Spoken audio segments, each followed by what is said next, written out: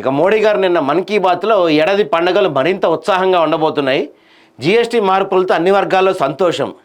ఈ సీజన్లో దేశీయ వస్తువుల కొనుగోళ్లు పెరిగాయి. నిజాం పాలన అత్యంత క్రూరంగా ఉండేది. పేదలు గిరిజనులపై నాడు జరిగిన వేధింపులు వర్ణనాతీతం. కొమరం భీం వీరత్వం గురించి అందరూ తెలుసుకోవాల్సిందే. భారత స్వతంత్ర చరిత్రలో కొమరం భీం ఒక కీలక అధ్యాయం. కొమరం భీం నుండి యువత ఎంతో నేర్చుకోవాలి. 127వ మన్ కీ బాత్ ఎపిసోడ్లో కొమరం భీంను కీర్తించిన ప్రధాని మోడీ కొమరం భీం బిర్సా ముండాకు నివాళులు అర్పించారు. ఇవి కూడా ఇప్పుడు నీకు కొమరం భీం వీళ్ళంతా గుర్తొచ్చారంటే ఏమన్నా ఎలక్షన్స్ ఉన్నాయో లేకపోతే వాళ్ళతో ఏమన్నా పనులు ఉండదో తప్ప గుర్తొచ్చింటారో తప్పచ్చి నిజంగా అయితే నేనేం అనుకోవట్లేదు. ఇప్పుడు తెలంగాణలో చాలా ప్రభుత్వ సంస్థలు అని ఈ ఎయిర్పోర్ట్లు, బస్ స్టాండ్లు గట్ర చాలా ఉన్నాయి. ఒక్కదానికైనా కొమరం భీం పేరు పెట్టారా? పోనీ కొమరం భీం జయంతి కానీ వర్ధంతి కానీ ఘనంగా నిర్వహిస్తున్నారా? అధికారికంగా నిర్వహిస్తున్నారా?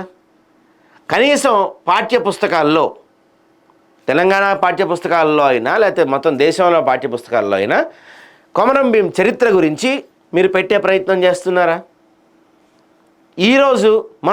ఈరోజు ఉన్న పళంగా ఏ గవర్నమెంట్ స్కూల్కైనా, ఏ ప్రైవేట్ స్కూల్కైనా, ఏ విద్యా సంస్థకైనా బోధం. కొమరం భీం ఎవరయ్యా అంటే అందరూ ఏం చెప్తారు తెలుసా? ఏం చెప్తారు? జూనియర్ ఎన్టీఆర్ అని చెప్తారు.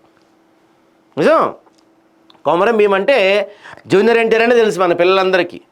ఆ RRR సినిమాలో కొమరం భీంగా చూపించారు కాబట్టి జూనియర్ ఎన్టీఆర్ని ఎలా చూపించింది?